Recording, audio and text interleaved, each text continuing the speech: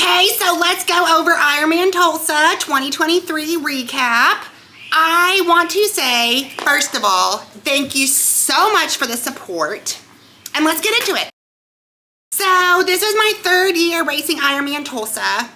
I want to say it was the best year, but it wasn't. To me, I didn't have, listen, let's go from the beginning. Okay, so the morning of, I know the logistics of this race, right? I know it very well. You have to get up, we have to get up at 2:30 a.m., go down to the start. Actually, you drive downtown, and then you have to get on the buses that take you 30 to 40 minutes out to Keystone Lake.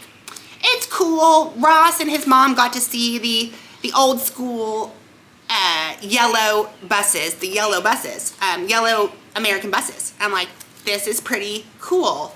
That's like an experience for you. Okay, so we get to the lake. Blah, blah, I'm doing my thing. I'm setting up, and it's like the first one of the season. It's the first one I've done for a while, and like, I don't know. I'm just like, not like, I can't tell. The morning of, I finally look forward, I'm finally like, okay, it's here, finally. Which means like, I can stop thinking about it, the day's here, let's just get this done. And I'm like in get it done mode, you know? And so I'm getting kind of hyped up, I'm going to the bathroom. I know we start at our reps are at 7 a.m. But there was fog on the lake, like a massive amount of fog. Like so much you couldn't see the kayaks. And I was thinking, man, any minute they're gonna cancel this swim. They don't want this, they don't need to swim that bad. Like they don't need to try that hard to get a swim in. Like I didn't think they're gonna be like, okay, we're gonna do everything we can to get you guys a swim. I didn't know. I just didn't think that was gonna be the case. And they delayed it. They delayed the 70.3 start. Like 15 minutes? Okay. Then like another 15 minutes. All right. And we were gonna start right behind them. But we finally got in the water. When did you say we get in the water? We probably finally got in the water on like 8 o'clock, the Ironman people. So that was a full hour after we originally were planning. So the gun goes off. I knew for a fact at this race I was not going to be first out of the water. The last Tulsa I was pretty certain I was. This one I knew for a fact there was a guy there. His name's Josh Bird. He swam a 47 on this course, and I swear this course is a little bit long. Everyone says that it's not long. Everyone can say that about their Ironman swims. Yes, it was a little long. I know this was long. I am a 52-minute Ironman swimmer, not a 54-minute Ironman swimmer. I rest my case with that. Okay, so moving on to the swim. This was a sign that I'm already, did I already fuck this up? Maybe. Because I was in the middle of the swim, and I was like, I'm just like tired. Like, we got up at 2:30 a.m., right?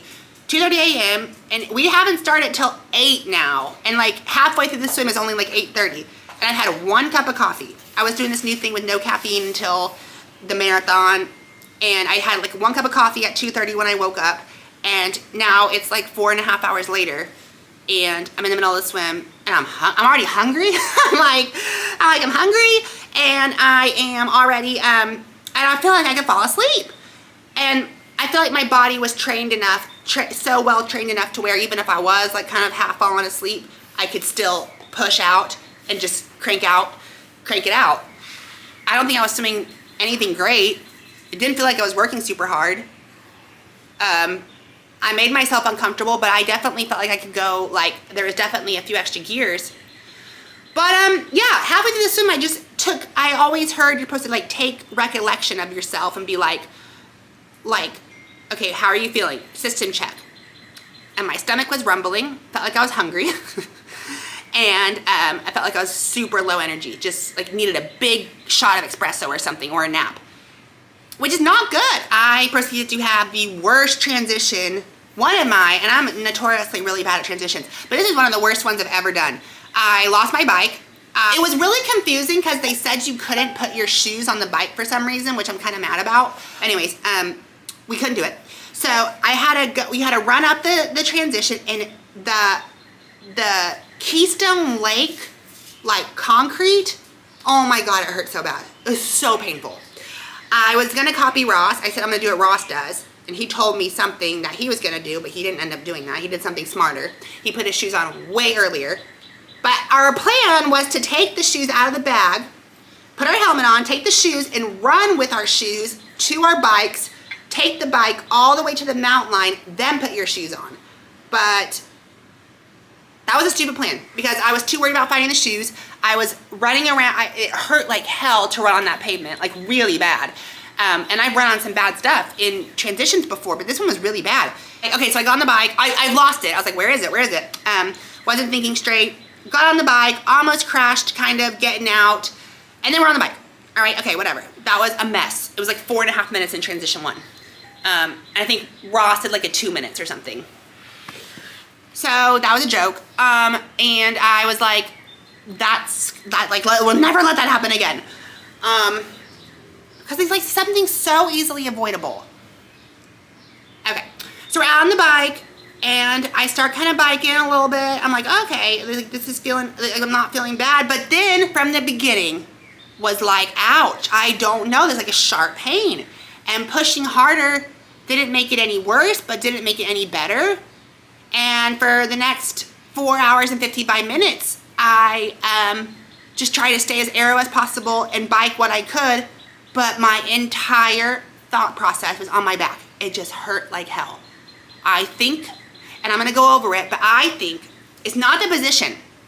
I don't think it's the position. It was sitting in a wetsuit, like vertical.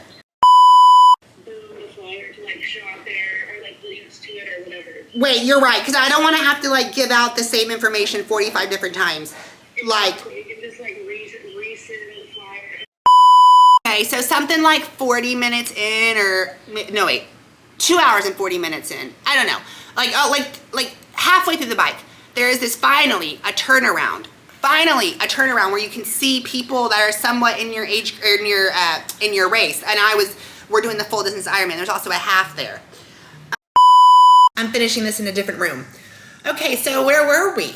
The bike, you know, I want to say shout out to Porik and Psychologic, the team at Psychologic in Scottsdale, Arizona, for making me super aero. This is all them because of how little watts I held.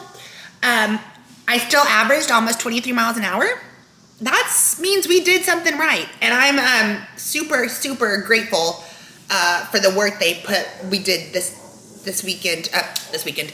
year together. And yeah, and that was the bike.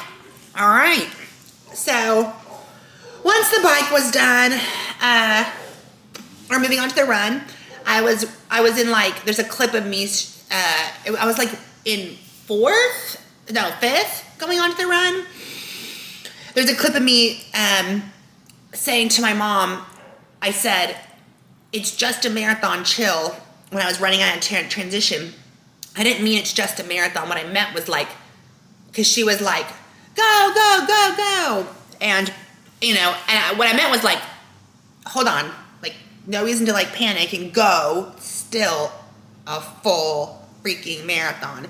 And you know, that was my 7th Ironman marathon. Still one of my slowest, middle of the pack Ironman marathons. And you know what? I kind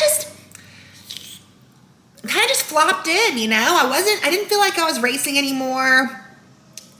I looked at my watch and I knew to get a sub 9, which had been the goal, I would have to run a 3:02. And that kind of psyched me out. I was like, oh my God, a 3:02. Yeah, and immediately I was like, I don't think that I have that in me today. You know, I wasn't winning, which was also the goal. I don't know. I just kind of flopped in and finished the race. So I ended up doing 6th overall, first in my age group by only 52 seconds. So I'm glad I didn't kind of pout that much. I got the knee slot. I went to the award ceremony the next day. We took our knee slot, which is the current men's world championship, will be in Nice, France. Took the knee slot, that was actually, fun fact, that was actually my first ever award ceremony. No, sorry.